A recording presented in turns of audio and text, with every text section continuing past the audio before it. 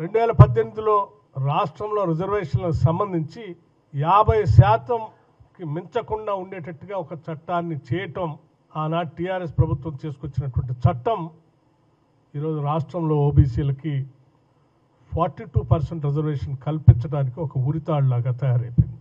ఆనాడే 2019లో పంచాయతీరాజ్ సంస్థలకు సంబంధించిన ఎన్నికలు జరిపిన వెంటనే ఆనాటి ప్రభుత్వం ఈ ఓబీసీలకి రిజర్వేషన్ కల్పించడానికి ఏమాత్రం ఆలోచన చేసి ఉన్నా ఆ రోజు ఎన్నికల తర్వాత వెంటనే ఈ రాష్ట్రంలో ఉన్నటువంటి జనాభా కుల గణన జరిగేది.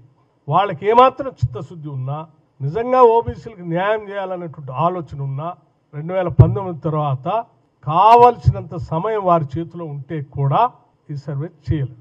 ఇవాళ టీఆర్ఎస్ పార్టీకి సంబంధించిన నాయకత్వం కానీ, భారతీయ జనతా పార్టీకి సంబంధించిన నాయకత్వం కానీ, కాంగ్రెస్ పార్టీకి ప్రభుత్వానికి చిత్తశుద్ధి లేదు. ఒక జీవో ఇచ్చి ఆ జీవో ద్వారానే ఎన్నికలు జరపచ్చు అని అనుకుంటే ఎప్పుడో ఇవ్వాల్సి ఉండే కదా, ఇంత ఆలస్యం ఎందుకు చేశారని మాట్లాడుతూ ఉన్నారు. ప్రజలేమో అమాయకులు కాదు, అట్లాగే బీసీ సంఘాలకు సంబంధించిన నాయకులు అంతకంటే అమాయకులు కాదు. అట్లాగే బీసీ జనాభా స్థానిక సంస్థల్లో 42% రిజర్వేషన్ కావాలని పోరాటం చేస్తున్న ప్రతి బీసీ కూడా అమాయకుడేం కాదు.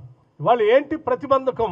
ఆనాటి సుప్రీంకోర్టులో ఇచ్చినటువంటి జడ్జిమెంట్ కానీ, ఆ తర్వాత జరిగినటువంటి ప్రక్రియలో ప్రతి సందర్భంలో కూడా ఓబీసీలకు రిజర్వేషన్ కల్పించాలి అని అంటే వాళ్ళు అడిగేటువంటి మొదటి ప్రశ్న, మీ దగ్గర ఉన్నటువంటి ఎంపిరికల్ డాటా ఏంటి?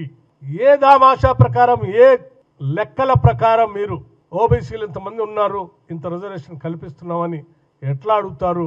మీ దగ్గర ఏం లెక్కలు లేవు కాబట్టే మీరు లెక్కలు చేసుకొని కరెక్ట్గా సాంకేతికంగా సైంటిఫిక్గా సర్వే చేసి మీరు సమర్పిస్తే తప్పనిసరిగా పరిశీలన చేస్తామని చెప్పారు. మరి ఎందుకు చేయలే మీరు?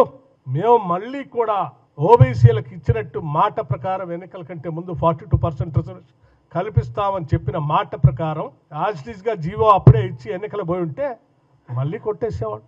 ఆ జీవో పరిగణలోకి వచ్చేది కాదు.